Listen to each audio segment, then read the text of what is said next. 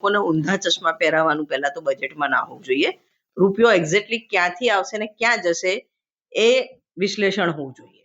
હવે અત્યારે standing committee chairman એવું બોલ્યા હતા કે 3300 કરોડના કામો પાઇપલાઇનમાં છે.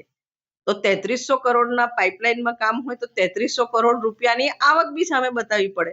હવે ગ્રાન્ટ સિવાય વડોદરા શહેરમાં તો એટલી બી આવક હોતી નથી કે વ્યાજ ભરી શકે. એટલું બી સરપ્લસ હોતું નથી જે આપણી રેવન્યુની આવક છે એમાં.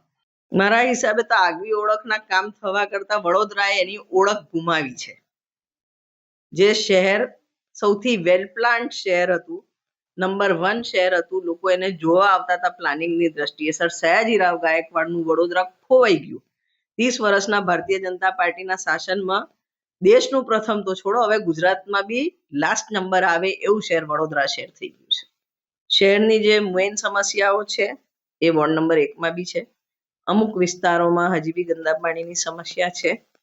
એ 1-2 પોકેટ્સ બચ્યા છે, ત્યાં અમને લાઈનો ચેન્જ કરાવવાની જરૂર છે. શાક માર્કેટ બનાવવાની જરૂર છે. TP 13માં છાણીમાં એક અલાયદું શાક માર્કેટ બનાવવાની જરૂર છે. છાણી બાજવા રોડ વર્ષોથી અમારી ડિમાન્ડ છે.